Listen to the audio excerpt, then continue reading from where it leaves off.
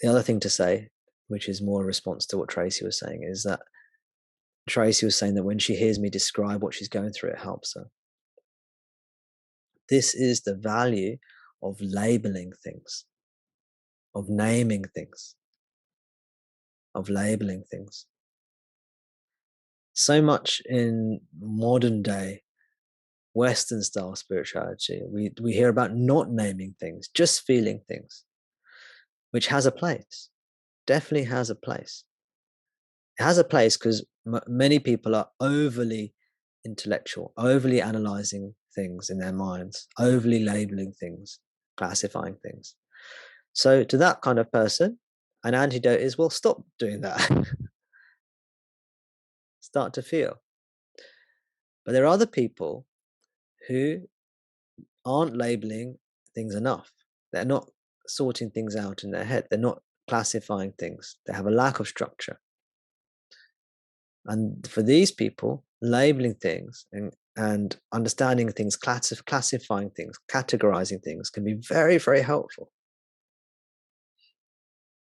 So we have all these structures I mentioned, they're all ways of labeling things. Even Sat, Chit, Ananda, you've put 3 labels on the self. Shravana, Manana, Nididhyasana. Someone has realized, oh, there are 3 aspects of the teaching. Here they are. They've labeled them, they've named them for you, they've classified it for you. The 5 sheaths, someone's thought about them, classified it for you.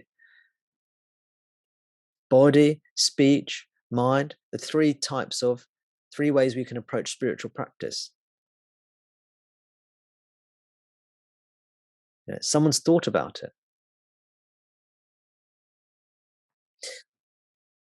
It's not true that someone's thought about it necessarily, because I can testify that often I will say things in satsang, for example, and it will come out as if it's highly organized. Sometimes I say things that are highly organized, and it's all spontaneous. And if I happen to listen to what myself say the teach, if I happen to listen to a recording of myself, I'll say, "Oh yes, there's a structure to the teaching there," but it was completely spontaneous, and probably a moment later it was totally forgotten. So these structures spontaneously emerge from me, I can say. Often I'll give you a structure, and it's just in that moment, it's just materialized and spoken, and then it's gone. It might never come back again, or it might repeat itself at another time. So it's not necessary that someone sat down and thought about it, because that's not how the teaching actually works. But that's how it manifests sometimes. This is how wisdom manifests in different ways.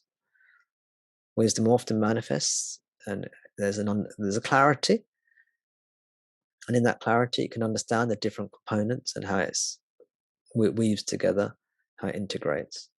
Rajas, tamas, sattva, so classification. We've classified things. Greatly helps our understanding. It helps the ego navigate through this maze, this whirlpool that's sometimes incredibly overwhelming or confusing or depressing or anxiety provoking. And so these structures, these labels can orientate us. They can give us something. They're like poles that are driven into the ground that we can hang on to and hold on to.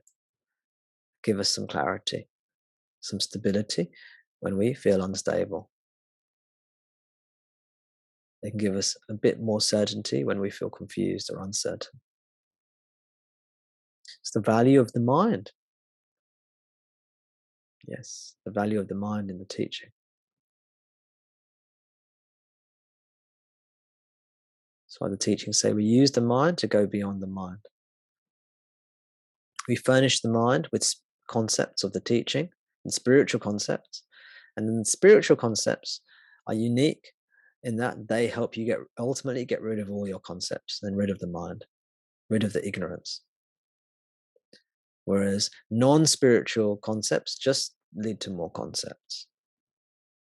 more suffering. Whereas the spiritual concepts are like a thorn used to remove the thorn.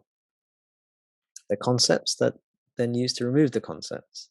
They're ignorance that's then used to remove the ignorance. The teaching and the teacher are ignorance.